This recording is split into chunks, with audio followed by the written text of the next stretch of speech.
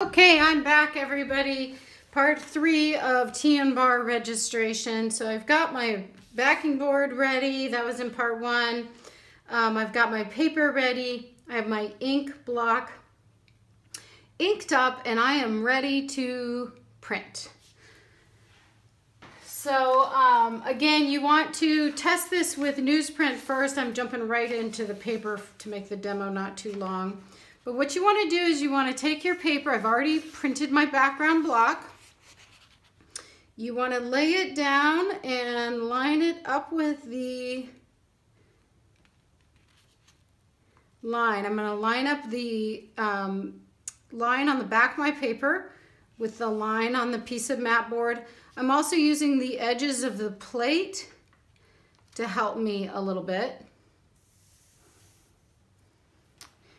And if the paper hasn't started sticking to the ink, you have a little room to move things around. If you're working with an Asian paper, a thin paper like Kitakata or Mulberry, you can actually see through the paper a little bit, which is really helpful. And then I'm going to start burnishing.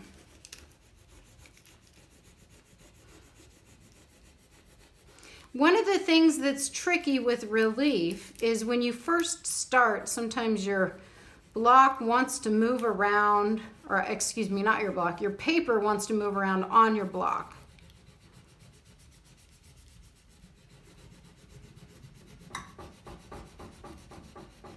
So burnishing is just like we did on the first project. Nothing's different here.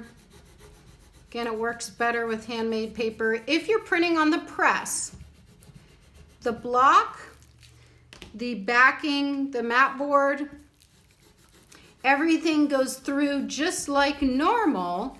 You place the piece of newsprint and the Timpan on top. But it goes through just as it always does.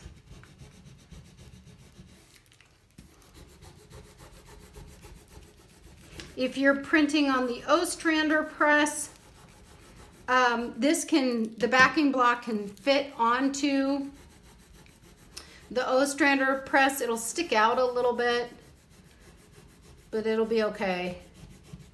You just don't want the backing board to get caught on anything.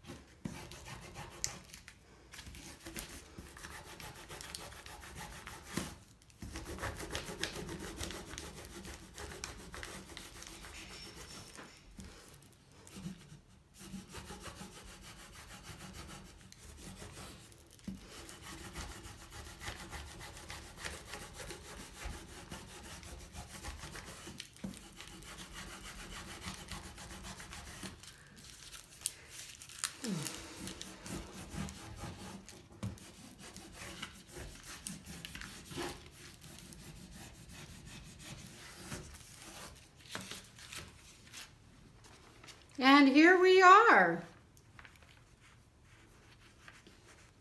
I wish I hadn't pressed so much here.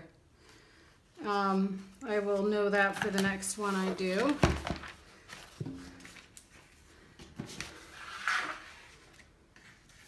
But overall, I'm pretty happy with the registration. Things lined up pretty well here. I'm actually going to go back into my block and carve out some of this so it gets a little bit better. But that's it. T&Bar registration for relief blocks.